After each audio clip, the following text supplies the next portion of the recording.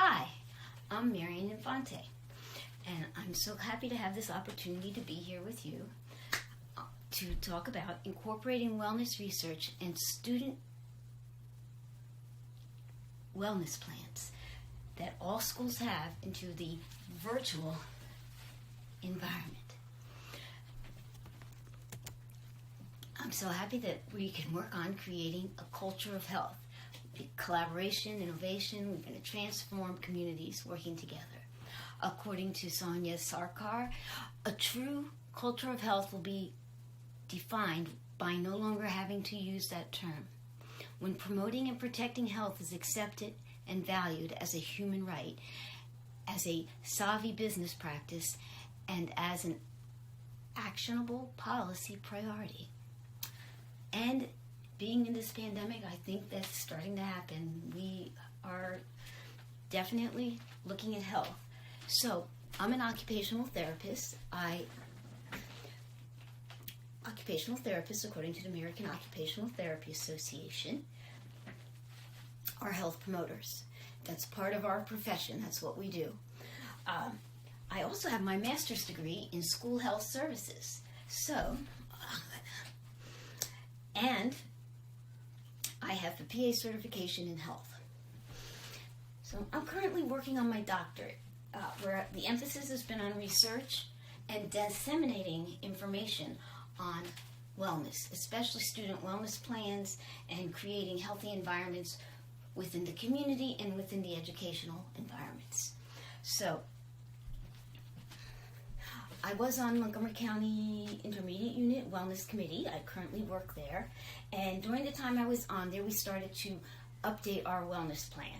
So as part of that, I chose to research I've been doing a lot of research. And one of this whole talk is going to be based on the best wellness policy I found of the ones I researched. Ours is still being updated at Montgomery County IU, so it's not, right now it's not the model policy, but hopefully it will be once we're done updating it. And I chose Upper Marion School District. They updated their policy in 2019, and they have a policy that follows a lot of the current research. So I'm going to be giving you quotes from all that research and then giving you strategies, because this is about strategies of how to follow that research. So the first quote is, administrators, teachers, and food service personnel, students, parents, guardians, and community members shall be encouraged to serve as positive role models through district programs, communications, and outreach efforts. So this is very strong language. We shall be encouraged to serve as role models. So how do we do that?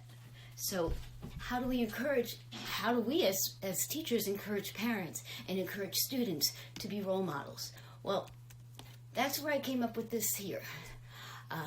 The teacher favorites, student favorites. This is a good strategy. When you start talking about yourself, or you ask the kids to talk about them, instead of opening the book that you can just write anything, you write, what's your healthy food? What's your favorite healthy food? Tell them about the healthy things you do. You don't tell about the other things you do. I mean, if you smoke cigarettes, you certainly wouldn't tell them I smoke cigarettes. So let's also go into all aspects of health. When we write about the teacher's favorites and we talk about ourselves, and then when we ask the kids to talk about themselves, let's frame it so that they can only say the healthy stuff. I put things like, what's your favorite food? What's your favorite fresh fruit? What's a healthy drink? A drink can be tricky, so you might not want to even include drink, because sometimes orange juice isn't even considered healthy. So, but favorite food, favorite fruit, what's your favorite active activity? What's your favorite hobby or sport? What's your favorite book? Where do you like to visit? What's your favorite animal? Where do you like to volunteer? Because it's very healthy to be volunteer and be active in the community.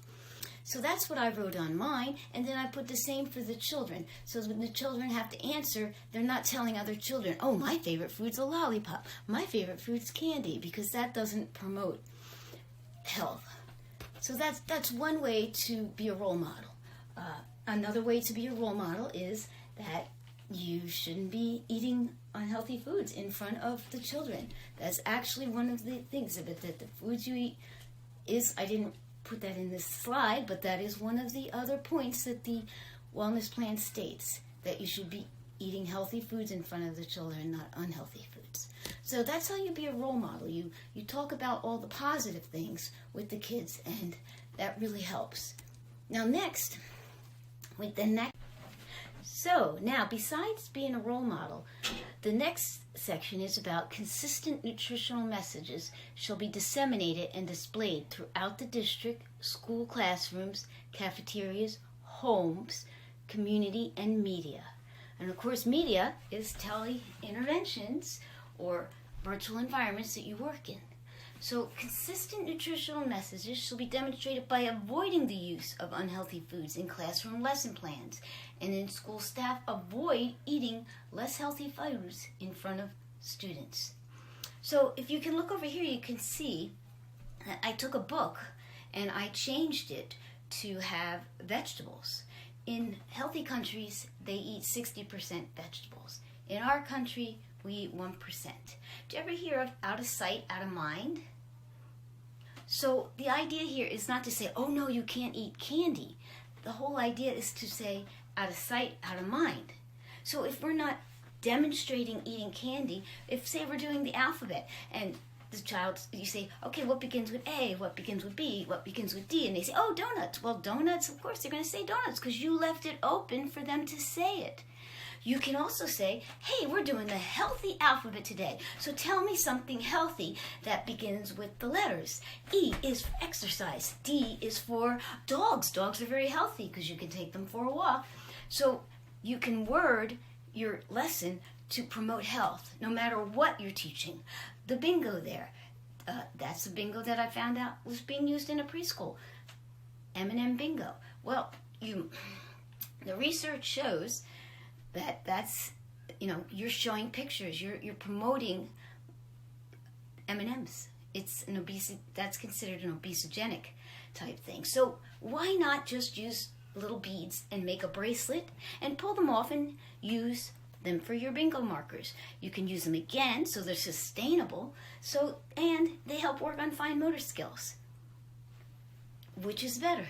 Which is consistent with this standard, consistent nutritional messages, by avoiding the use of unhealthy foods. So you have a virtual classroom, it's the same.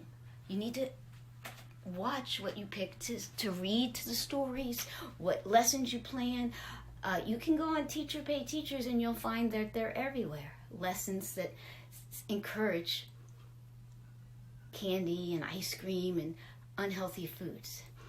As we're in the pandemic, obesity is the other pandemic. Plus, it's a universal design to not include these foods. Because if you have a child with diabetes, or you have a child that can't eat can't have sugar, diabetes, they're obese, then you're excluding them, and you're also showing in their face candies, which can be very upsetting to them. I know of a child who had diabetes who, unfortunately, as she grew older, her parents tried to get her to be healthy, and she ended up dying at age 30 because she could not stay away from the sugars and the candies. She actually went into diabetic comas so many times that it ended up hurting her. So to create a universal environment, we need to avoid having these pictures and images around where people can see them.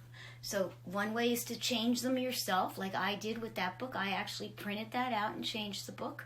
Another way is to read through and try to find lessons that don't encourage those kinds of things. Like I said, you could do the ABC lesson of healthy things. Now, the next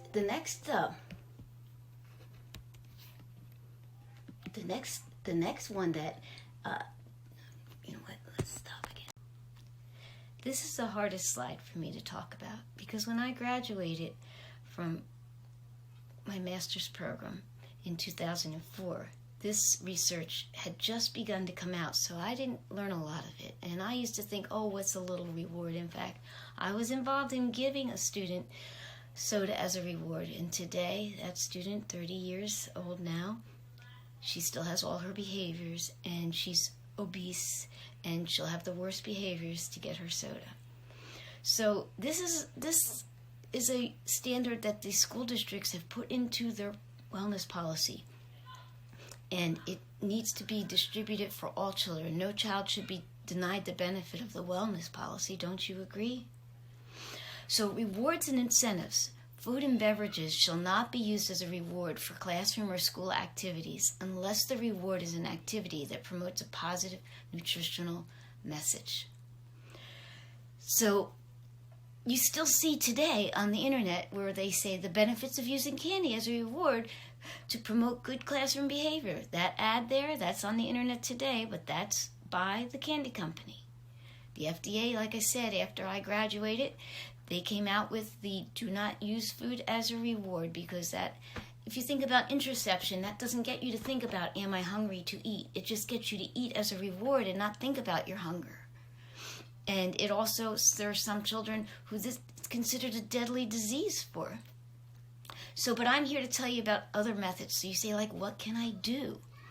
So if you can't use food as a reward, you could use a sensory path. See, I developed a sensory path. I have them do a lot of exercises and get them engaged by starting them off with some different sensory things. You find out what they really like and you give that as a reward.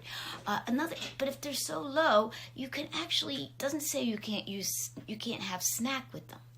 If you, at the end of this, the research is listed. Watch some of the videos from the, at the end, they're all highlighted. There's Copy Kids, which has children eating vegetables in front of children, because what you see helps. So if you want to have snack with the child, you can say to the parent, can we arrange to have a healthy snack? You can do your lesson on colors over carrots and peppers, which come in every color.